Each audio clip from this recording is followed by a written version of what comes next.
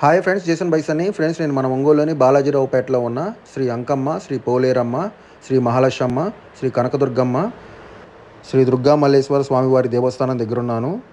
Friends, ఈ దసరాకి ఈ టెంపుల్ నుంచి దుర్గాదేవి అమ్మవారి కళారం ఊరేగింపు ఉంది.